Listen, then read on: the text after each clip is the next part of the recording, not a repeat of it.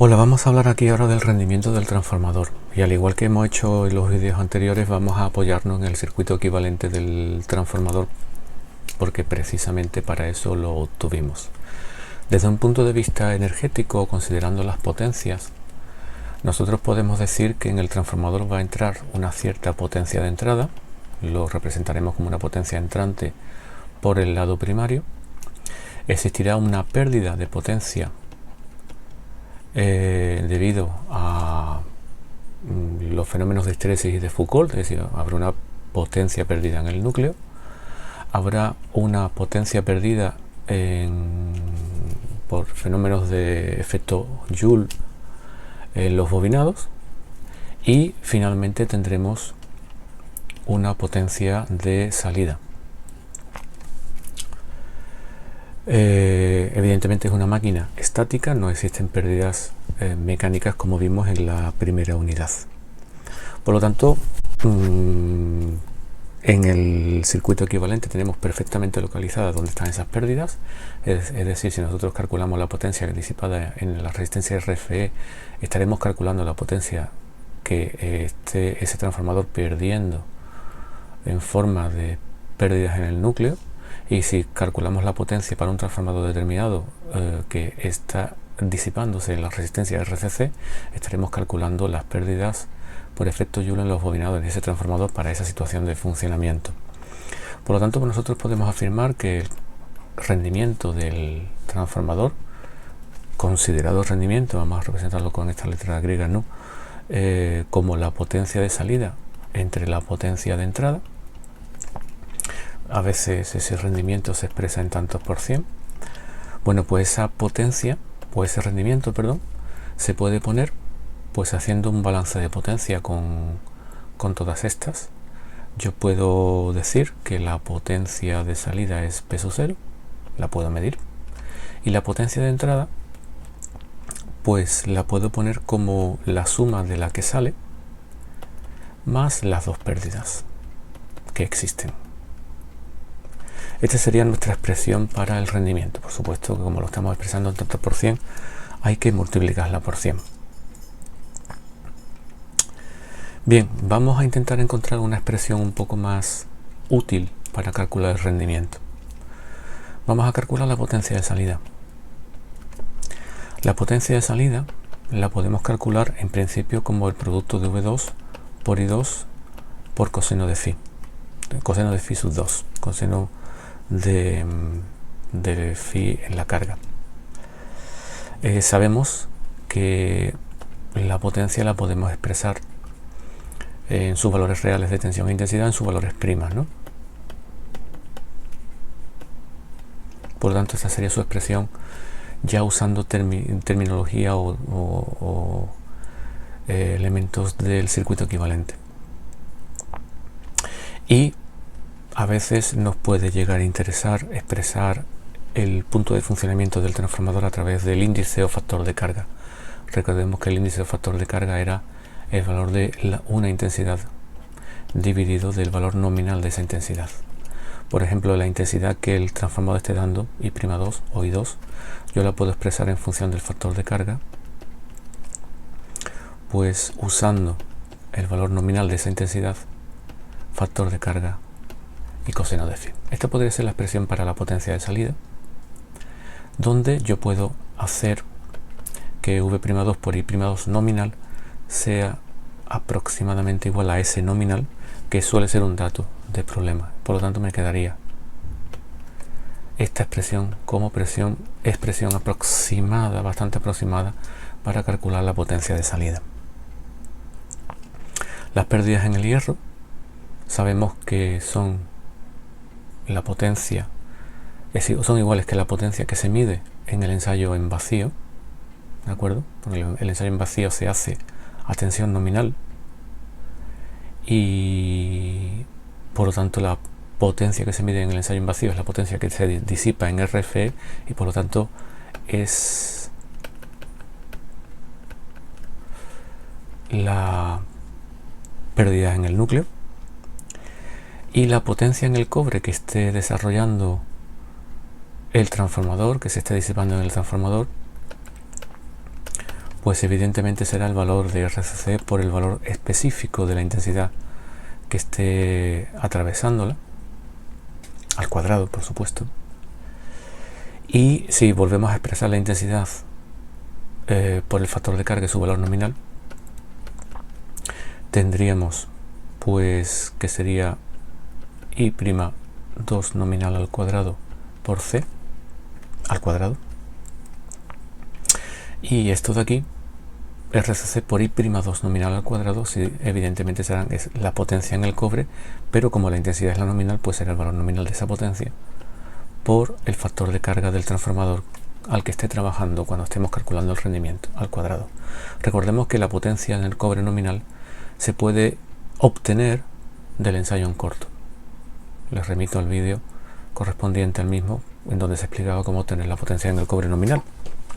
Entonces ya podemos completar una expresión alternativa a la de rendimiento, sustituyendo en esta de aquí los términos anteriores, que serían potencia aparente nominal, índice o factor de carga, factor de potencia. Bueno, aquí pondremos el 100 del tanto por cien, y en el denominador tendremos la misma expresión de arriba, sin el 100 por supuesto. Le sumaremos las pérdidas en el hierro y las pérdidas en el cobre nominales por C cuadrado. Esta expresión de aquí es una expresión alternativa a la propia de la definición de rendimiento, pero es una expresión que nos es más útil porque tiene unos términos más fácilmente localizables. La potencia aparente nominal suele ser un dato de los transformadores, el factor de potencia suele ser un dato de la carga que estemos conectando al transformador, el factor de carga suele ser también un dato que nos dicen cuando nos indican cómo de cargado está el transformador en cada situación específica. PFE ya hemos dicho que son las pérdidas en el hierro o las pérdidas del ensayo en vacío, y PCU nominal ya sabemos que la podemos sacar del ensayo en corto. Por lo tanto, esta expresión es mucho más fácil de utilizar con los datos que normalmente tenemos disponibles. Ahora bien, esta expresión que nos da el rendimiento es variable, porque para una carga determinada y constante, para un factor de potencia constante, evidentemente dependiendo de la intensidad que estemos sacando del transformador para ese factor de potencia, el rendimiento va a ser distinto. Vamos a ver, por tanto, o analizar cuál puede ser para un determinado factor de potencia, si vamos a considerar un factor de potencia constante, pero para un determinado factor de potencia constante, cuál va a ser el máximo valor del rendimiento del transformador para distintos valores de C. ¿Vale? Entonces volvemos a recordar la expresión del rendimiento en tantos por ciento, sería SN, S nominal, el factor de carga al que esté trabajando, el factor de potencia, el 100 del tanto por cien,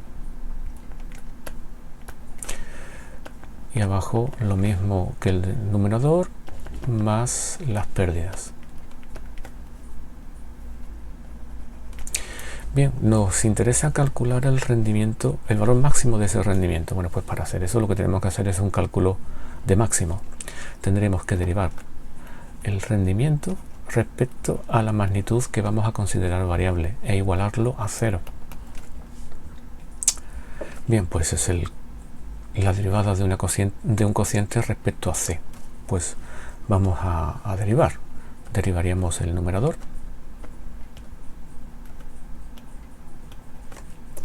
Vamos a utilizar la expresión en tanto por 1, sin el tanto por 100, ¿de acuerdo? Derivaríamos la expresión. Aquí sería es nominal por C y lo multiplicaríamos por el denominador.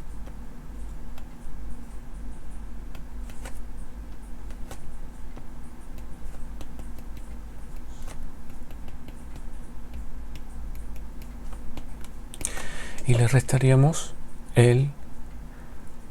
la derivada del denominador multiplicado por el numerador. Ponemos primero el numerador. Repito, no estamos poniendo el 100, lo estamos expresando el rendimiento en tantos por 1. Y aquí la derivada. Bien, sería Sn coseno más 2c PCU nominal.